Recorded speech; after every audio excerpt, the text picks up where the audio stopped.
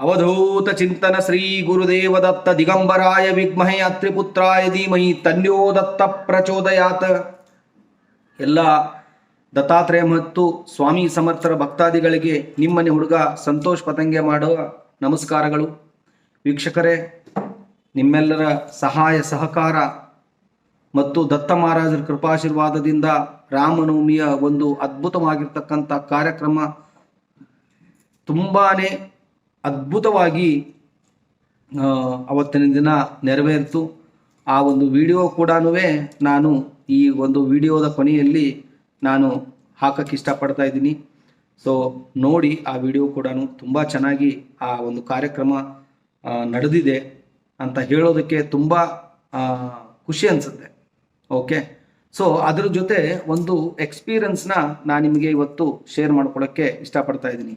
ನಮ್ಮ YouTube channel ಮುಖಾಂತರ ನಡೆದಿರ್ತಕ್ಕಂಥ ಈ ಒಂದು ಘಟನೆ, ಅದೇ ಒಂದು ನಾಮಸ್ಮರಣೆಯಲ್ಲಿ ಇರ್ತಕ್ಕಂಥ ಒಂದು ಶಕ್ತಿ ಅತ್ಯದ್ಭುತ. ಅದನ್ನು ಸ್ವಾಮಿ ಮಹಾರಾಜರೇ ಆ ಒಂದು ನಾಮಸ್ಮರಣೆಗೆ ಒಂದು ಅಚ್ಚು ಹೊಡೆದು ಕಳಿಸಿದ್ದಾರೆ.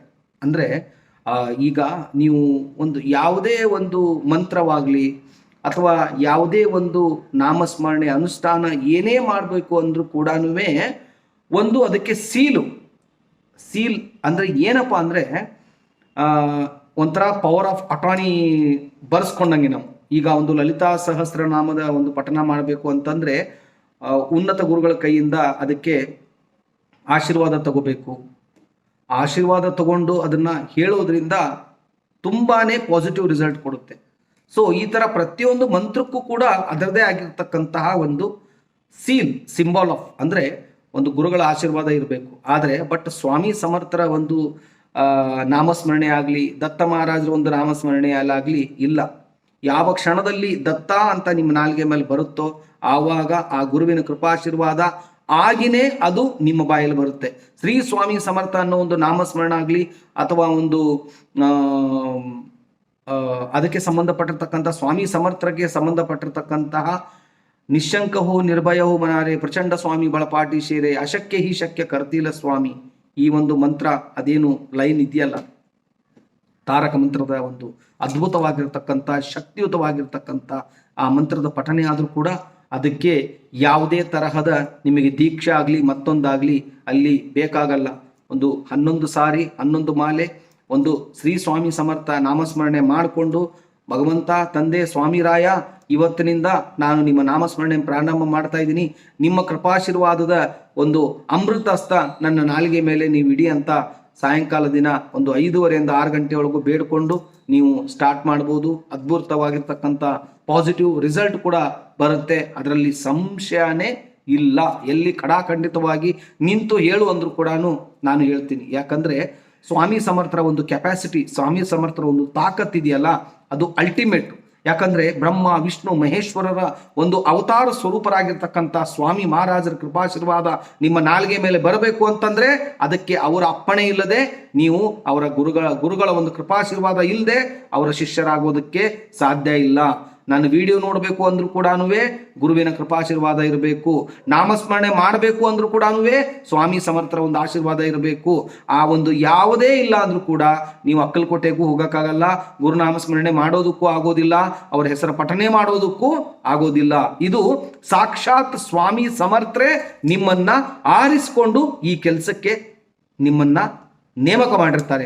ಯಾಕಪ್ಪ ನೇಮಕ ಮಾಡಿರ್ತಾರೆ ಅಂತಂದ್ರೆ, ನಿಮ್ಮಿಂದ ಬೇರೆ ಭಕ್ತಾದಿಗಳು ಕ್ರಿಯೇಟ್ ಆಗಬೇಕು, ನಿಮ್ಮಿಂದ ಎಷ್ಟೋ ಜನಕ್ಕೂ ಒಳ್ಳೇದಾಗಬೇಕು. ಬರೀ ನನ್ನಿಂದ ಒಳ್ಳೇದಾಗೋದಲ್ಲ, ನನ್ನಿಂದಾನೇ ಅನ್ನದಾನ ಆಗೋದಲ್ಲ, ನನ್ನಿಂದಾನೇ ದೇವಸ್ಥಾನ ಆಗೋದಂತಲ್ಲ, ನನ್ನಿಂದ ಅಂತೂ ಸಾಧ್ಯನೇ ಇಲ್ಲ.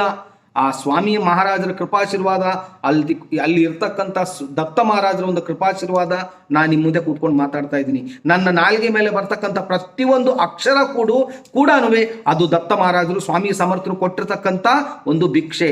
ಆ ಭಿಕ್ಷೆಯನ್ನ, ನನಗೆ ಸಿಕ್ಕಿರ್ತಕ್ಕಂಥ ಭಿಕ್ಷೆಯನ್ನ ಇರುವಂಥ ಭಕ್ತಾದಿಗಳಿಗೆ ಹಂಚೋದು ನನ್ನ ಧರ್ಮ.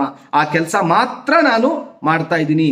ಇದೇ ತರಹ ಒಬ್ಬರು ನನಗೆ ಫೋನ್ ಮಾಡಿ ಏನಪ್ಪ ಹೇಳ್ತಾರೆ, ಸಂತೋಷಣ, ಒಂದು ತುಂಬ ದೊಡ್ಡ ಸಮಸ್ಯೆಯಲ್ಲಿ ನಾವು ಸಿಕ್ಕಾಕೊಂಡ್ಬಿಟ್ಟಿದ್ದೀವಿ. ಏನಪ್ಪ ಅಂದರೆ, ನನ್ನ ಮಗ ಒಂದು ಸ್ಕೂಲಿನ ಎಂಟ್ರೆನ್ಸ್ ಎಕ್ಸಾಮ್ ಬರೆಯೋದಕ್ಕೆ ಹೋಗ್ತಾ ಇದ್ದಾನೆ, ಏನು ಮಾಡಬೇಕು? ನಾನು ಅವರಿಗೆ ಹೇಳಿರ್ತಕ್ಕಂತಹ ಕೆಲಸ ಒಂದೇ, ಏನಪ್ಪಾ ಅಂತಂದ್ರೆ ಮಗು ನಾಮಸ್ಮರಣೆ ಮಾಡುತ್ತೋ ಬಿಡುತ್ತೋ ಸೆಕೆಂಡ್ರಿ, ಅದನ್ನ ಯಾವುದು ನೀವು ತಲೆಗೆ ಹಾಕೋಬೇಡಿ.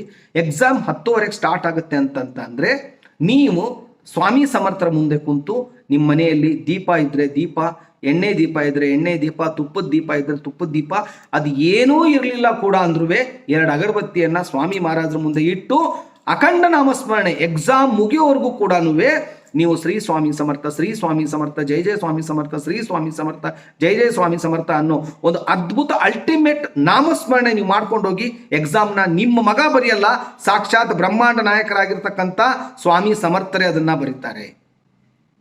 ಸೊ ಇದು ನಾನು ನಿಮಗೆ 100% ಚಾಲೆಂಜ್ ಕೊಟ್ಟು ಹೇಳ್ತೀನಿ. ನೀವು ಇಲ್ಲಿಂದ ಈ ಕೆಲಸ ಮಾಡಿದ್ದೆ ಆದರೆ 100% ಇದು ನಡಿಲೇಬೇಕು. ಯಾಕಂದ್ರೆ ಎಲ್ಲರೂ ಈ ವಿಡಿಯೋ ನೋಡೋದಕ್ಕಾಗಲ್ಲ. ಓಕೆ, ಎಲ್ಲರೂ ಈ ವಿಡಿಯೋ ನೋಡ್ತೀನಿ ನಾನು ಮಾಡ್ತೀನಿ, ನೋ ಚಾನ್ಸ್.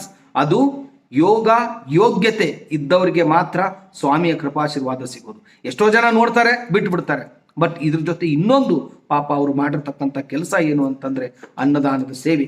ಅನ್ನದಾನದ ಸೇವೆ ಪ್ರತಿ ಗುರುವಾರ ನಾವು ಮಾಡುವಂಥ ಸೇವೆಗೆ ಅವ್ರ ಕೈಯಿಂದ ಯಥಾಶಕ್ತಿ ಆಗಿರ್ತಕ್ಕಂಥ ಒಂದು ಅಮೌಂಟನ್ನು ಇದಕ್ಕೆ ಕೊಡ್ತಾ ಇದ್ದಾರೆ. ಅವರಿಗೆ ಆಯುರ ಆರೋಗ್ಯ ಐಶ್ವರ್ಯ ಅಭಿವೃದ್ಧಿ ಎಲ್ಲವನ್ನೂ ಕೊಟ್ಟು ಸ್ವಾಮಿ ಮಹಾರಾಜರು ಅವರನ್ನ ಕಾಪಾಡಲಿ.